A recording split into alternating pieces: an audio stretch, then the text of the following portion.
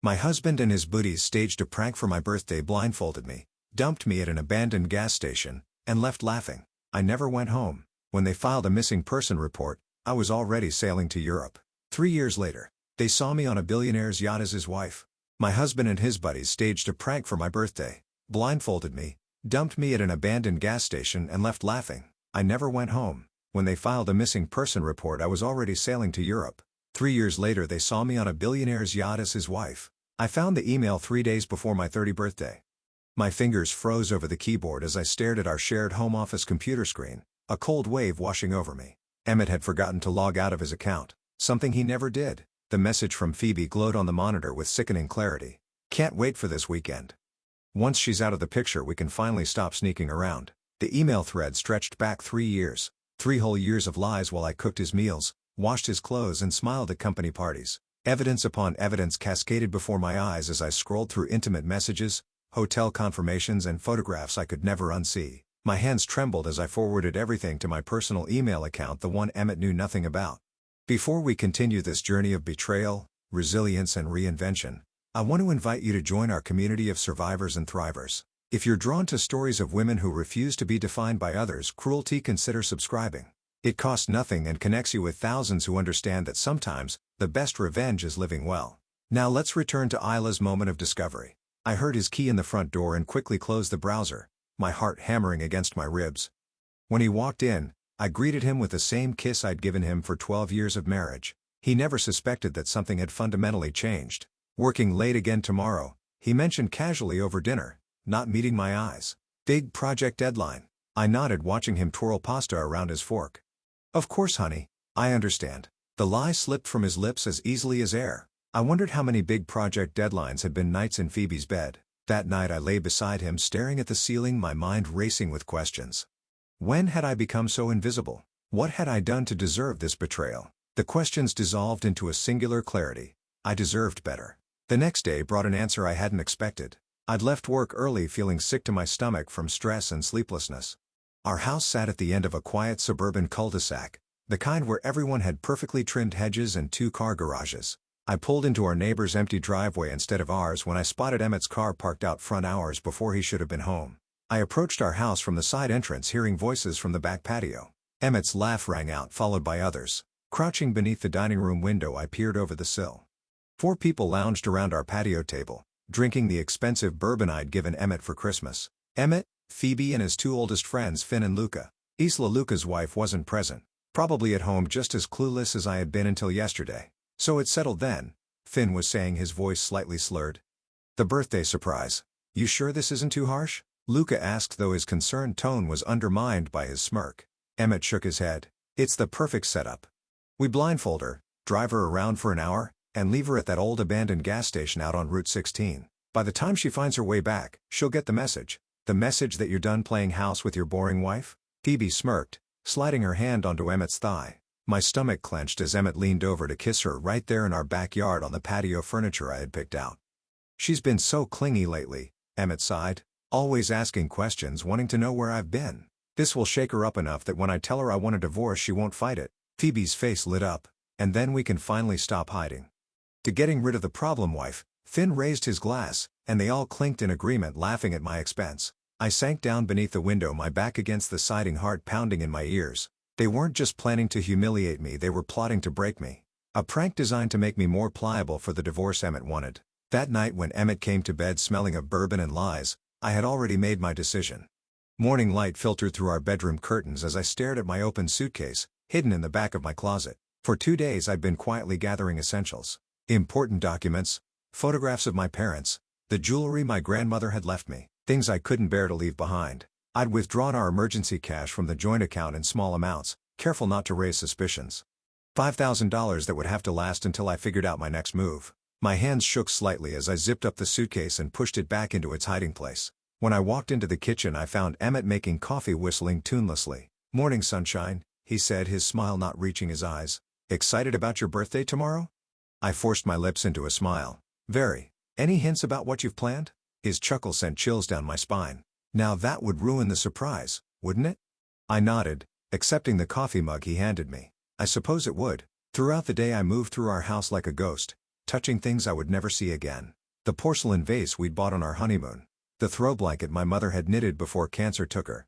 I said silent goodbyes to each item, knowing I was leaving nearly everything behind. I made Emmett's favorite dinner that night, pot roast with roasted potatoes and carrots. He praised the meal, completely oblivious to the storm brewing inside me. After dinner, I asked innocently about his friends. Will Finn and Luca be joining us for whatever you have planned tomorrow?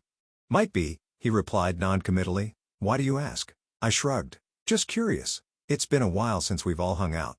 Later, I made a phone call from the bathroom with the shower running, arranging for an Uber to pick me up at the gas station on Route 16 at approximately noon the next day. The driver seemed confused by the location but agreed when I offered extra payment. That night I lay awake beside my husband of 12 years, memorizing the ceiling patterns and listening to his even breathing. The man I had loved, built a life with, dedicated my youth to, planning to humiliate and discard me. Tears slipped silently down my temples, soaking into my pillow. Dawn broke on my 30th birthday, and I rose early to make breakfast. Pancakes with strawberries and whipped cream, Emmett's favorite. He came downstairs looking pleased with himself. Happy birthday, babe, he said, kissing my cheek. I've got something special planned for today. I can't wait, I replied, my voice steadier than I expected. At 11 the doorbell rang. Finn and Luca stood on our porch grinning widely. Phoebe wasn't with them, too obvious even for their crude plan. Happy birthday, Isla, Finn boomed, handing me a small gift bag. Inside was an expensive silk scarf. I recognized the irony immediately. This would be my blindfold.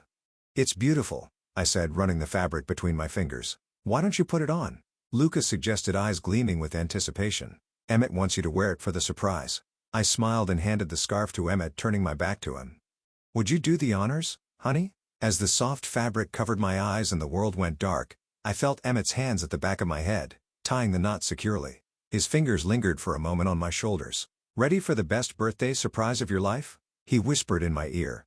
I nodded, allowing them to guide me toward what they thought would be my humiliation, but what I knew would be my escape. Absolutely ready, I answered with the first genuine smile I'd worn in days. Almost there, Emmett announced as the car slowed to a stop. The blindfold remained snug against my eyes, but I'd been counting the minutes. 47 since we left the house, long enough to be disorienting, just as they'd planned. Someone opened my door.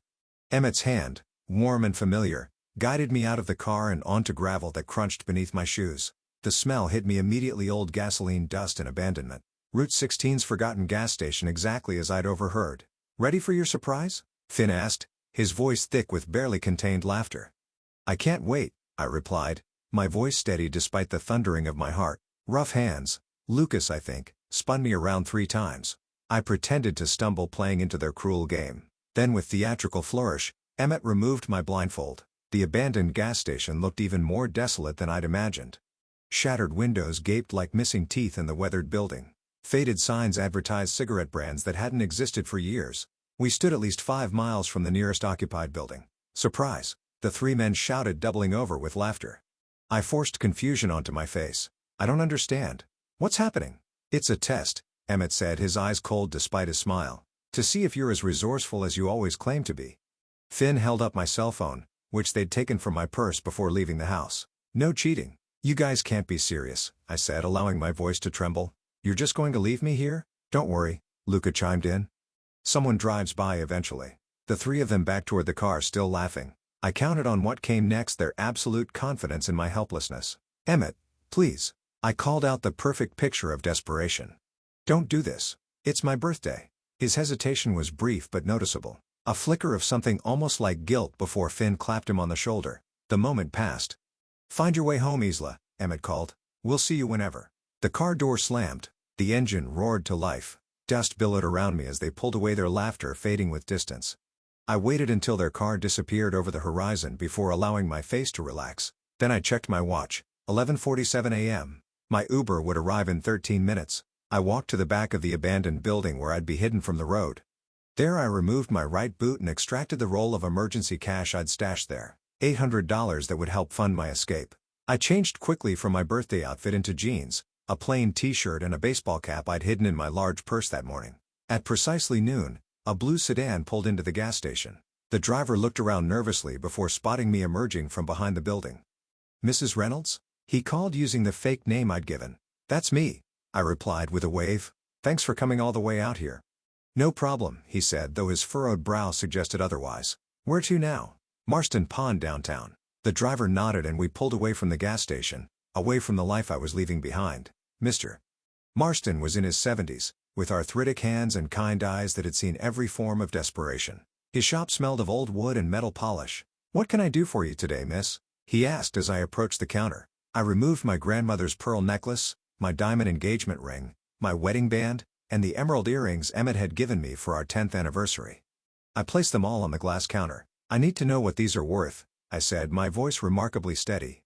Mr. Marston studied me over his half-moon glasses, seeing more than I wanted him to. Quietly he began examining each piece. "This is fine jewelry," he commented, holding my engagement ring to the light. "Family heirlooms?" "Some of them," I admitted. He nodded, asking no further questions. After careful examination he named a figure that was fair. "More than fair, actually. I can offer you $7,000 for the lot," he said, "though I suspect they mean more to you than money." I swallowed hard. Not anymore. Something in my expression must have spoken volumes. Mr. Marston disappeared into his back room and returned with something unexpected. A small handgun. "I don't normally do this," he said quietly, "but a woman traveling alone should have protection." He pushed it gently across the counter. "It's registered and legal. Consider it a discount on the jewelry." I stared at the weapon, then back at him. "How did you know I was leaving?" 30 years in this business," he replied with a sad smile. "I know the look of someone who needs a fresh start." I accepted both the cash and the gun, tucking the latter deep into my purse. "Thank you." He nodded once. "Good luck wherever you're going." The bus station hummed with afternoon activity as I purchased a ticket to New York City. The overnight bus would get me there by morning. Enough time to make my international flight. I sat in the back corner of the waiting area, baseball cap pulled low, watching the entrance. Part of me still feared that Emmett would figure out my plan, that he'd come storming in to drag me home. But as the hours passed and boarding time approached, I began to believe I might actually escape. The bus rolled out of the station at dusk. As the familiar storefronts and street signs of my hometown slipped away into darkness, I felt something unexpected, relief washing over me in powerful waves. No more pretending. No more silent tears. No more wondering when the next lie would come. In New York, I used an internet cafe to check in for my flight and print my boarding pass. I'd booked it using my maiden name, Isabella Chin, and paid in cash through a travel agency that catered to clients who preferred anonymity. The flight to Paris wasn't direct, with a layover in Iceland that would make me harder to track. Security at JFK barely glanced at my passport. Mr. Marston's gift remained safely mailed ahead to a French post office box I'd arranged online. Within hours I was airborne, watching America disappear beneath clouds and distance. The Parisian hostel was in Montmartre. Shabby but clean, with a shared bathroom and a narrow bed that squeaked with every movement. I sat on its edge that first night, listening to the unfamiliar sounds of the city filtering through the thin window. French conversations drifted up from the street below. Someone was playing an accordion in the distance. The smell of fresh bread from the bakery downstairs permeated everything. I'd done it. I'd actually escaped. My hands trembled as I opened the burner phone I'd purchased at the airport. No calls. No texts. In America, Emmett was probably just returning home, expecting to find me there, humiliated, defeated, and ready to accept whatever crumbs of a life he deigned to offer me. That I was here, an ocean crumbs of a life he deigned to offer me. That I was here, an ocean away. Free. Terror gripped me suddenly. What had I done? I had no job, no real plan, limited funds, and barely spoke the language. I was completely alone in a foreign country. But then, hadn't I been alone for years already? Married but isolated. Present but unseen. I walked to the window and pushed it open, letting the cool Parisian night air wash over my face. The Sacré-Cœur Basilica glowed white against the darkened sky, a beacon on the hill. Somewhere in the distance someone laughed, a genuine joyful sound. For the first time in years, I allowed myself to imagine a future shaped by my own hands. The thought was terrifying. It was exhilarating. It was mine. Morning light filtered through the thin curtains of my hostel room, illuminating the dust particles dancing in the air. I'd been in Paris for 2 weeks and my resources were dwindling faster than anticipated. The romantic notion of escaping to France had met the harsh reality of being a foreigner with limited language skills and no employment history. That morning I walked into the third employment agency I'd visited that week. My resume was sparse, deliberately so. I couldn't risk Emmett tracking me down if he ever decided to search for me.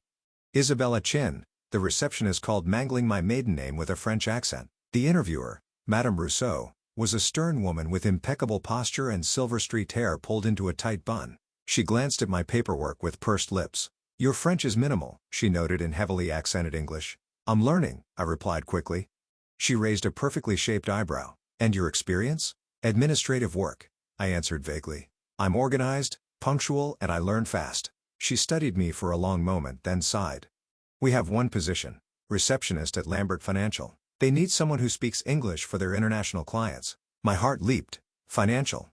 Don't get excited. You answer phones and greet clients. 3-month temporary contract. If they like you, perhaps it becomes permanent. I nodded eagerly. When can I start? Lambert Financial occupied the 3rd floor of a modest building in the 8th arrondissement. The office was smaller than I expected, just 15 employees. My desk sat near the entrance, a fortress of polished wood separating me from visitors. Bonjour Lambert Financial. I practiced each morning before the office opened, trying to perfect my accent. Comment puis-je-vous aider? My immediate supervisor Giselle was initially cold toward me. Another American taking a job a French person could have filled. But she thought slightly when she saw my determination to learn your pronunciation, she said one afternoon, wincing as I mangled a client's name over the phone. After I hung up, she added, "Let me help you."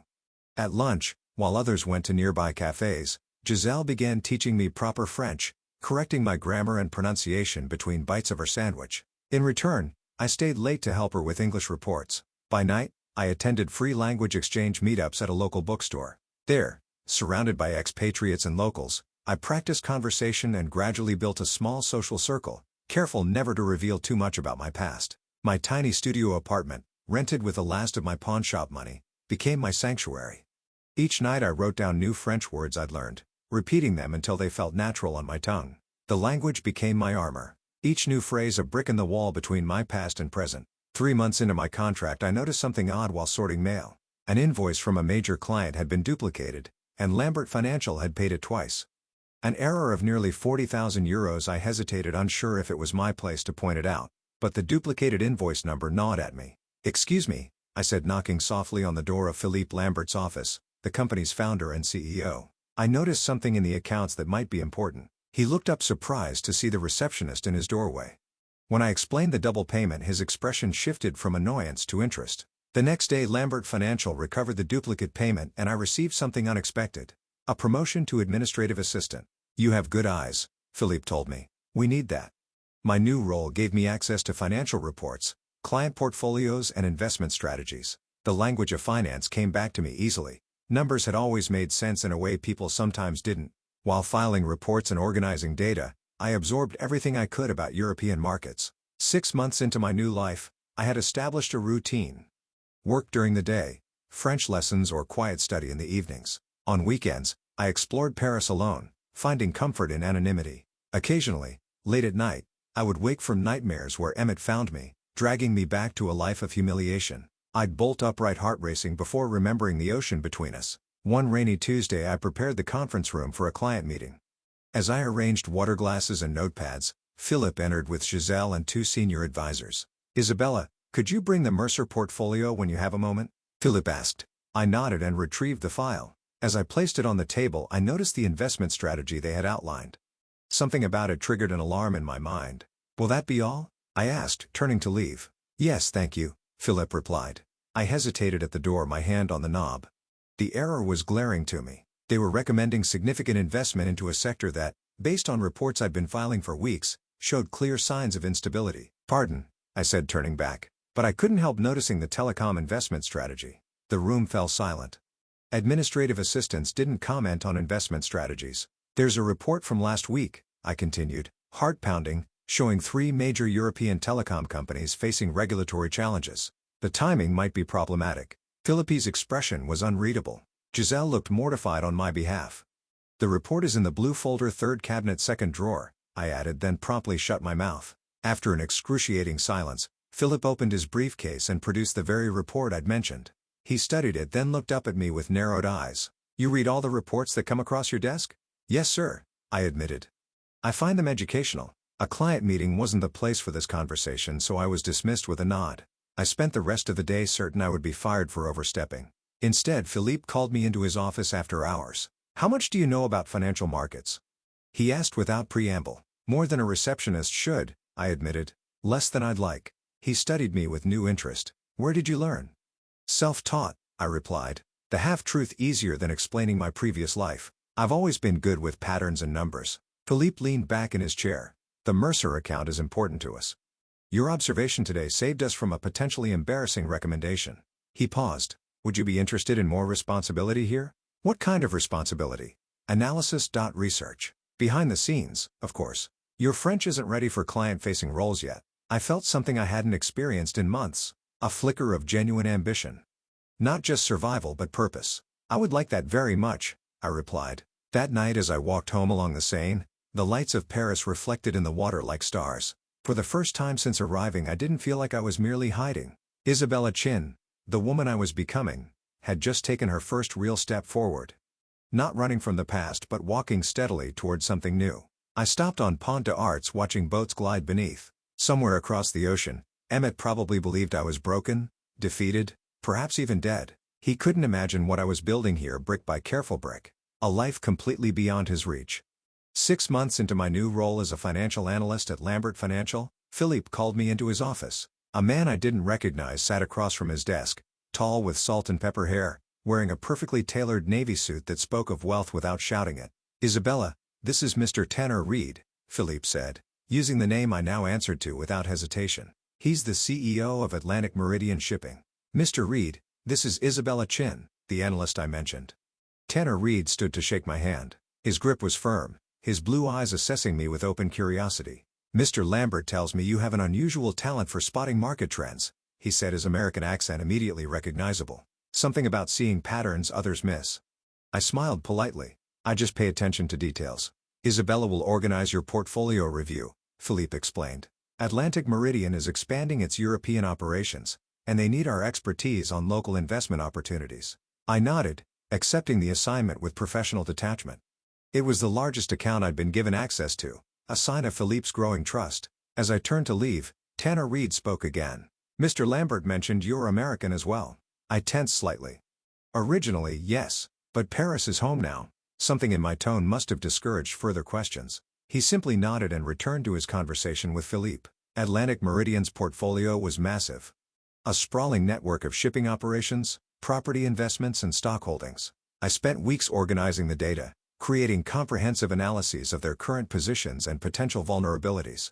Tanner Reed returned to our offices frequently during this period. Sometimes he worked directly with me, asking pointed questions about European markets that revealed a sharp business mind beneath his reserved exterior. You flagged our Mediterranean port investments as high risk, he noted during one session, tapping the report I'd prepared.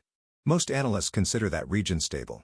Most analysts aren't looking at the labor unrest in key ports, I replied. 3 major strikes in 8 months with another likely before year's end. Combined with increasing fuel regulations that take effect next quarter, your operational costs there will jump at least 17%. He studied me with newfound interest. And your recommendation? Strengthen your Northern European holdings instead. Less immediate profit potential, but significantly more stable for the next 3 years. Particularly the Norwegian routes. 2 weeks later, the Mediterranean ports erupted in the largest shipping strike in 15 years. Atlantic Meridian, having shifted resources based partly on my analysis, weathered the crisis while competitors floundered. The following day Tanner Reed arrived at our office with an unusual request. I'd like to borrow Ms. Chin for a special project, he told Philippe. A consulting arrangement between our companies, with her as the primary liaison. Philippe looked conflicted, pleased at the prestigious connection but reluctant to lose my services. It would be a substantial contract, Tanner added, naming a figure that made Philippe's eyebrows rise. And so began my work with Atlantic Meridian. First 1 day a week, then 2, eventually becoming my primary focus. Tanner's Paris apartment served as our workspace, a stunning pied-à-terre with views of the Eiffel Tower. We worked long hours analyzing market data, restructuring investments and planning strategic acquisitions. The shipping industry faces a critical juncture, Tanner explained one evening as we studied projections. Environmental regulations, automation, shifting trade agreements. Most of my competitors are reacting instead of preparing. I respected his foresight. Unlike most executives I'd encountered, he didn't chase quarterly profits at the expense of long-term stability. Our professional relationship developed a comfortable rhythm. I provided analysis, he made decisions. We rarely spoke of personal matters, an arrangement that suited us both. Until the market crash of 2023. It began with a major Asian bank's collapse, triggering a domino effect through global markets.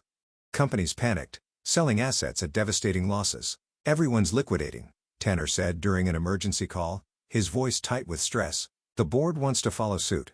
Don't, I replied immediately. This is exactly when you should be acquiring, not selling. Isabella, we could lose everything or emerge twice as strong. I pushed forward a contingency analysis I'd prepared months earlier. These shipping companies will be available at a fraction of their value. Their routes complement yours perfectly. The silence stretched between us. I'd overstepped. An analyst telling a CEO how to run his billion-dollar company during a global crisis. If you're wrong, he finally said, we both lose our careers. I'm not wrong. 3 days later, while competitors frantically sold assets, Atlantic Meridian began a careful acquisition strategy. Within 6 months they had doubled their fleet size at minimal cost. When markets eventually stabilized, the company's value had tripled. Financial journals called it strategic genius. Only Tanner and I knew the truth. That a woman who had once been abandoned at a gas station had orchestrated one of the most successful corporate expansions in recent history. Our relationship shifted subtly after the crash. Tanner began asking my opinion on matters beyond financial analysis. We occasionally dined together after late work sessions, conversations extending beyond business to books, travel, and cautious glimpses of our pasts. I revealed little about America, only that I had left after a difficult divorce. He shared more freely. A marriage that ended when his wife decided corporate life was too demanding. A daughter in college who rarely called. One evening after a particularly successful acquisition, he opened an expensive bottle of champagne in his apartment. To unlikely partnerships, he toasted. To new beginnings, I countered. Our glasses clinked and something changed in the air between us. His eyes held mine a moment too long. Isabella, he said quietly, I've come to value more than just your financial insights. I set down my glass carefully. Tanner, I work for you. Technically, you work for Lambert Financial. The distinction doesn't eliminate the complication. He respected my hesitation. The subject wasn't raised again for months, though something had undeniably shifted. Our working dinners became less frequent, our interactions more strictly professional. Until the Tokyo conference, Atlantic Meridian hosted global shipping executives for a week of meetings.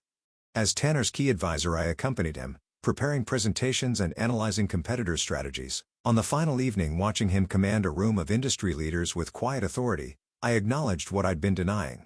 My feelings had evolved beyond professional admiration. Later that night, alone on the hotel's rooftop garden, I found him staring out at the Tokyo skyline. You should be celebrating, I said, joining him at the railing. The consortium agreement is a triumph. Some victories feel hollow without someone to share them with, he replied. The moment stretched between us, filled with unspoken possibilities. I've spent 3 years rebuilding myself, I said finally, learning to trust my judgment again. And what is your judgment telling you now? I met his gaze steadily. That fear is a poor foundation for decisions. His hand found mine on the railing, warm and steady. I would never want to be another thing you fear, Isabella. 6 months later, we stood in a modest Paris courthouse. No elaborate ceremony, no extravagant reception, just us, Philippe and his wife as witnesses, and the simple words that bound our futures together. My wedding ring was nothing like the diamond Emmett had given me years ago. Tanner had chosen a band of twisted gold. Imperfect, unique, resilient. The European financial press noted the marriage with mild interest. A shipping magnate wedding his financial advisor. The American media focused on domestic scandals and political upheaval, paid no attention to a marriage across the Atlantic. That evening on the balcony of what was now our Paris apartment, Tanner wrapped his arms around me from behind. Any regrets, Mrs.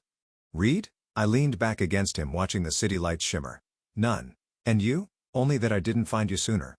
I smiled, thinking how differently our paths might have crossed in another life. If he had met the woman I was before, Emmett's overlooked wife, would he have seen what lay beneath the surface? We found each other exactly when we were meant to, I replied, turning in his arms to kiss him. 3 years into our marriage, Tanner and I had settled into a comfortable rhythm between Paris and his other homes.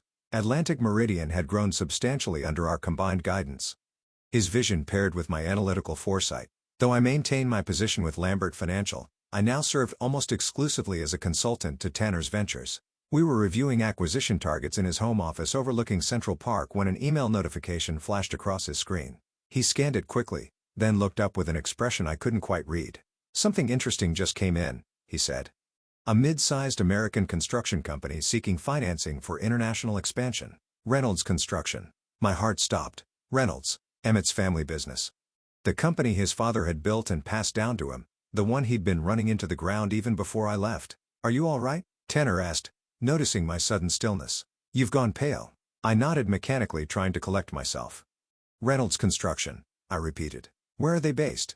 Midwest. Started as residential but expanded to commercial about 5 years ago. They've hit some financial troubles but claim to have promising overseas contracts if they can secure funding. He studied me carefully. Isabella, what is it? We had a policy of honesty between us. A foundation built after both experiencing marriages constructed on lies. Still, I had never told him the complete truth about my past. Reynolds was my married name, I said finally. Emmett Reynolds was my ex-husband. Tanner's eyebrows rose slightly, the only indication of his surprise. The husband you left after the incident you mentioned? I had given him only the barest outline. A cruel prank, an abandoned gas station, my decision to leave America behind. Yes. I took a deep breath. I haven't seen or spoken to him since that day. Tanner watched me silently, waiting for me to continue. What does the email say exactly? I asked. He turned his screen so I could read it. The message was from an intermediary broker seeking investment partners for Reynolds Construction's expansion. According to the brief, the company had overextended on several projects and needed significant capital to avoid bankruptcy. It's odd, Tanner mused. The broker claims they have contracts in Europe, but nothing specific. Usually, these requests include more concrete details. Because there probably aren't any real contracts, I replied. A familiar bitterness rising in my throat. Emmett always had grand plans but rarely the follow-through. Tanner leaned back in his chair. I'll decline the meeting. There are better investment opportunities. Part of me wanted exactly that, to let Emmett's company sink without ever knowing how close he'd come to crossing paths with me again. But another part, the part that had been rebuilding itself for 3 years, wanted something else. No? I said, surprising myself. Take the meeting, Isabella. I want to be there, I continued. Not for revenge, but I paused, searching for the right words. For closure, maybe. To see him once on my terms. Tanner studied me with concern. Are you certain? I nodded slowly. I've spent 3 years building this life. I'm not afraid of him anymore. The day of the meeting, I stood in our New York apartment staring at my reflection. I'd chosen my outfit carefully. A tailored charcoal suit that projected quiet authority, pearl earrings that had been a gift from Tanner on our first anniversary, hair styled in a sophisticated updo I never would have attempted in my previous life. Second thoughts? Tanner asked, adjusting his tie in the mirror beside me. No. I met his gaze in the reflection. Just preparing myself. He placed his hands gently on my shoulders. Remember, you hold all the power here. If at any point you want to leave, just signal me. I covered his hand with mine. I know. Atlantic Meridian's New York headquarters occupied the upper floors of a sleek midtown tower. Tanner's corner office offered sweeping views of the city through floor-to-ceiling windows. I positioned myself at the conference table with my back to the door, laptop open, documents arranged precisely. They are here, Tanner's assistant announced through the intercom. My pulse quickened, but my hands remained steady as I continued reviewing the financial statements that revealed just how badly Emmett had mismanaged his father's legacy. The door opened. I heard Tanner's professional greeting, then an achingly familiar voice that sent a chill down my spine. Thanks for seeing us, Mr. Reed. I'm Emmett Reynolds and this is my financial advisor Marcus Klein. I didn't turn immediately. I let them enter fully. Let them take seats across the table. Let them begin their rehearsed pitch about global opportunities and temporary cash flow issues. Only then did I slowly raise my head. The recognition wasn't immediate. 3 years had changed me. Not just my appearance, but something fundamental in how I carried myself. I watched as Emmett's gaze passed over me, then snapped back, confusion giving way to disbelief. Isla. The color drained from his face. Isabella Reed, I corrected calmly. Chief Strategic Advisor for Atlantic Meridian Shipping. I allowed myself a small smile. And Mr. Reed's wife, Marcus Klein, looked between us bewildered. You two know each other? Emmett couldn't seem to form words. His mouth opened and closed, his eyes darting between Tanner and me as though trying to make sense of an impossible puzzle. Mrs. Reed and I have a prior acquaintance, Emmett finally managed, his voice strained. From before. How fascinating, Tanner responded with practiced ease. Small world indeed. Now, regarding your proposal, we've reviewed the preliminary figures and have some concerns about the viability. I slid a document across the table. Your debt-to-asset ratio is problematic. And these overseas contracts you've mentioned, we'd need to see the signed agreements before considering any investment. Emmett stared at the document without seeing it. You disappeared, he blurted out, ignoring the business discussion entirely. We filed a missing person report. The police searched, there was an investigation. How unfortunate for you, I replied evenly. That must have been very distressing. 3 years, he continued, his composure cracking. Not a word, not a trace. We thought you might be dead. And yet here I am. I gestured to the document. Page 4 details our concerns about your cash flow projections. Marcus Klein attempted to salvage the meeting, pointing out potential growth areas and explaining away the company's financial weaknesses. But Emmett had stopped participating, his attention fixed entirely on me. When the formal discussion concluded, Tanner suggested Marcus speak with their financial team about additional documentation, leaving the 3 of us alone. The silence stretched uncomfortably until Emmett found his voice again. Why? He asked simply. I considered deflecting, considered silence, considered all the cutting responses I'd imagined over the years. That I told the truth.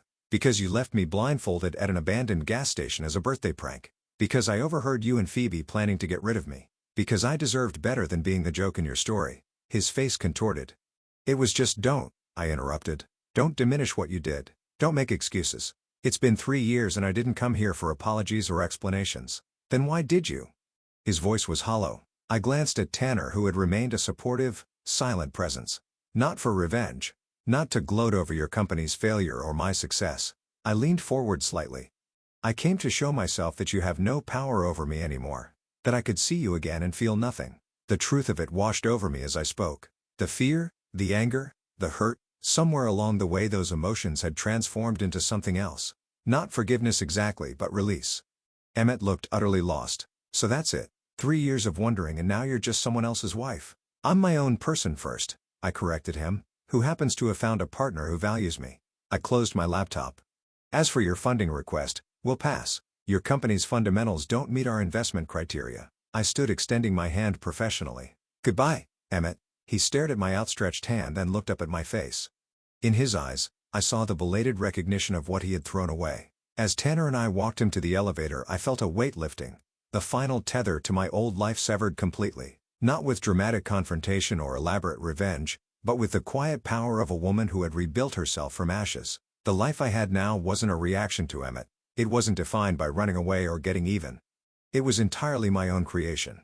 Something I had built choice by careful choice, day by determined day. And that I realized as the elevator doors closed on my past, was the sweetest victory of all. As Isla's journey comes to a close, I'd love to know which moment resonated with you most. Was it her escape, her professional rise, or that final confrontation? Share your thoughts in the comments below. If her story touched you, please subscribe and like for more tales of resilience and triumph. Your support means everything.